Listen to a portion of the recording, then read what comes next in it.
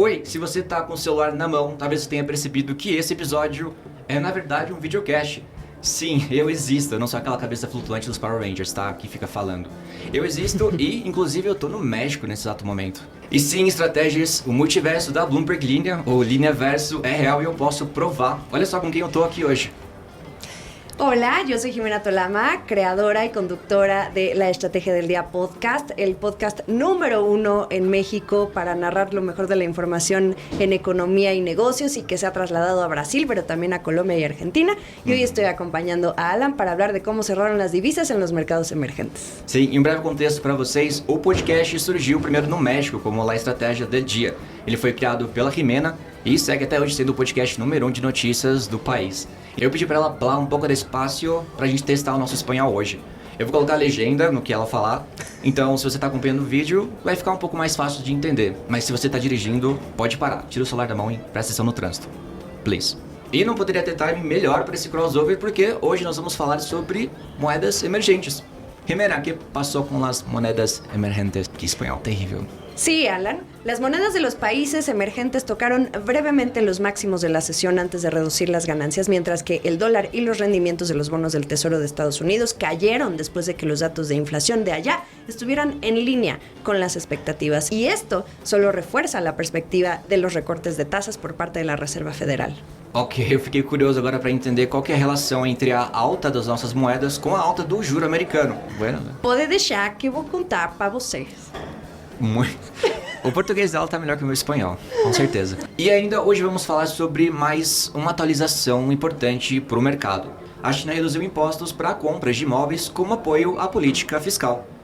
Por que se fala tanto sobre a crise imobiliária da China? Você está querendo comprar uma casa em Xangai, Alan? Não. Quer dizer, se for um negócio bom, até posso pensar. Mas é importante acompanhar o que acontece lá. A gente está falando da segunda maior economia do mundo, né? Eles são um grande comprador de materiais de construção, como por exemplo o aço. Uma menor demanda por materiais afeta os países exportadores. Sem contar que uma desaceleração econômica na China pode sim aumentar as incertezas globais, afetando a confiança dos investidores e outros mercados emergentes e economias dependentes da China. Então, bora ver o que está passando com isso também. Pero antes, um rápido recado de um patrocinador. Esse episódio de Estratégia do Dia é oferecido por JBS. Evoluir sempre é o que nos alimenta. E você, o que te alimenta? A JBS está na casa de milhões de famílias pelo planeta. Produz todos os tipos de proteínas e tem um propósito desafiador: alimentar uma população mundial que não para de crescer, conservando o meio ambiente. Ou seja, fazer mais com menos. Por isso, evoluir é o que vai continuar nos alimentando. JBS, alimentando o que alimenta o mundo. Las monedas de los mercados emergentes del índice MSCI subieron hasta un 0.3%, rompiendo una racha de 3 días de pérdidas. El índice, equivalente de acciones, por su parte, cayó por cuarto día consecutivo, su racha de pérdidas más larga en 3 semanas. Una medida de la inflación subyacente de Estados Unidos se mantuvo firme en octubre y aumentó las apuestas de que los funcionarios de la Fed recortarán las tasas de interés en otro cuarto de punto el próximo mes. Esto ha llevado a cierta debilidad en el dólar estadounidense, lo que impulsó brevemente a las monedas de los mercados en desarrollo. El mercado estaba preparado, después de comprar dólares, para un IPC más alto de lo esperado, pero no se materializó. Esto lo dijo Thierry Wisman, director de divisas globales y estratega de tasas de interés en Macquarie Futures. Así que hay algo de venta de dólares en curso, pero no necesariamente durará. La fortaleza del dólar estadounidense ha pesado sobre los mercados emergentes, con los índices MSCI de acciones y monedas en los mercados en desarrollo cayendo a los niveles más bajos desde septiembre y agosto, respectivamente. El mercado ahora se está centrando en los nombramientos del gabinete de Donald Trump y las implicaciones para llevar a cabo las políticas. Los cargos clave que van a los leales de Trump están generando preocupaciones de que un impulso por mayores aranceles, especialmente sobre China, gane fuerza, y esto acelerando la inflación. Los inversionistas también se han visto decepcionados por los esfuerzos fragmentados de China para impulsar su economía. Sin un estímulo fiscal más significativo por parte de China, los mercados emergentes podrían seguir siendo rezagados, especialmente cuando la incertidumbre sobre el comercio y los aranceles afecte a la región. Y esto lo dijo Mislav Matejka, jefe de estrategia global de acciones en JP Morgan Chase. Se informa que los nombramientos de Trump incluyen a halcones de China, lo que aumenta la posibilidad de un empeoramiento de las relaciones entre las dos principales economías del mundo. El yuan ha caído a un mínimo de 3 meses frente al dólar y esto ha generado inquietud en el Banco Central de China, que acaba de fijar su tasa de referencia para el yuan y que quedó muy por encima de la estimación promedio de una encuesta elaborada por Bloomberg.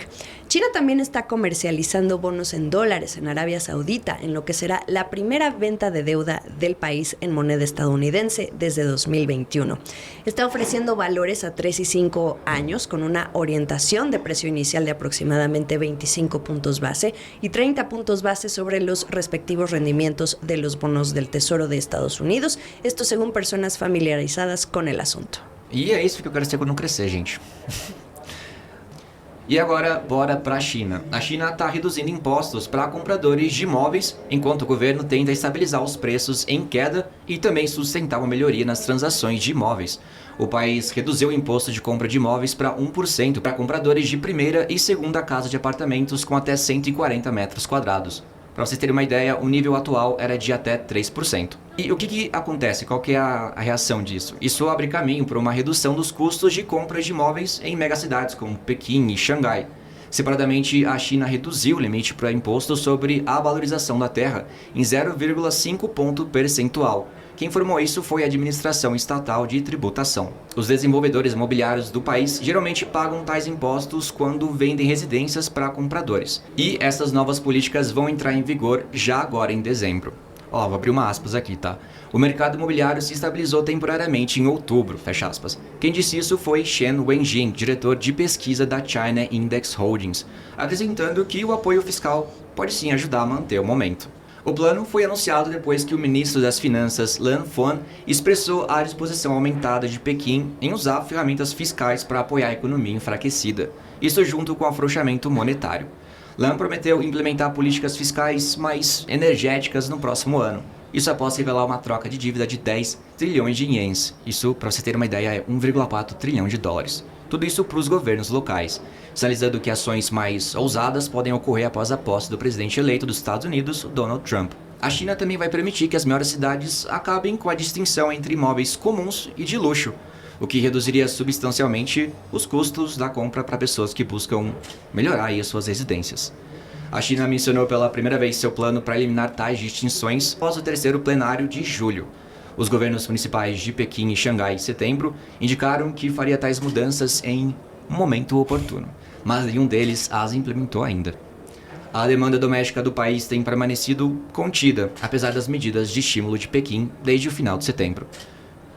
E essas medidas, para vocês terem uma ideia, elas incluíram cortes nas taxas de juros, mais dinheiro para empréstimos bancários e também o apoio aos mercados de ações e imóveis.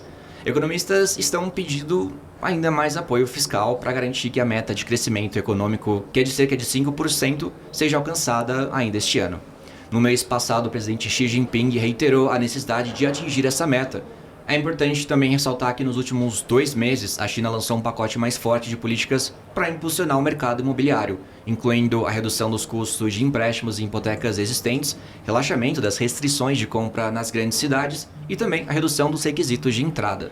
As vendas de imóveis residenciais aumentaram pela primeira vez este ano em outubro, o que sugere que as medidas de apoio estão sim ajudando a injetar alguma confiança nos compradores. No entanto, a recuperação é desigual. Isso com os desenvolvedores estatais se beneficiando mais do estímulo e os compradores preferindo imóveis que já existem. E esse foi a estratégia do dia de hoje. Eu queria agradecer muito a Jimena por ter topado esse crossover. Ela tá aqui na correria enorme do evento. A gente já comentou aqui que acabou de rolar o Summit 2024 no México.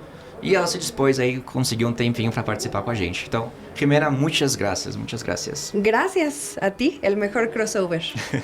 Sim, mas antes de acabar, bora ler alguns comentários de vocês. Tô aqui com o computador. No episódio passado eu perguntei o que vocês acham das criptomoedas. Eu deixei em aberto para vocês colocarem suas opiniões. E Eduardo Alves diz: acredito que criptos como Bitcoin, Ethereum e Solana ainda irão atingir seus objetivos de contratos inteligentes e descentralização do controle de dinheiro. ainda que num futuro bem distante, mas com tantas outras me parece dificultar, virando mais especulação e renda variável. The Lion Station diz, criptomoeda eu acho legal, mas não sei usar. Diego Santana diz, sobre as criptos só queria ter comprado pelo menos um Bitcoin em 2010, só um. Quem não queria, né? E Pedro Cavalcante diz, as criptomoedas são grandes bolhas financeiras, as pessoas são atraídas pela sensação de lucro fácil, porém sem uma estrutura governamental que dê suporte. As criptomoedas nada valem, não possuem nada que garanta o valor.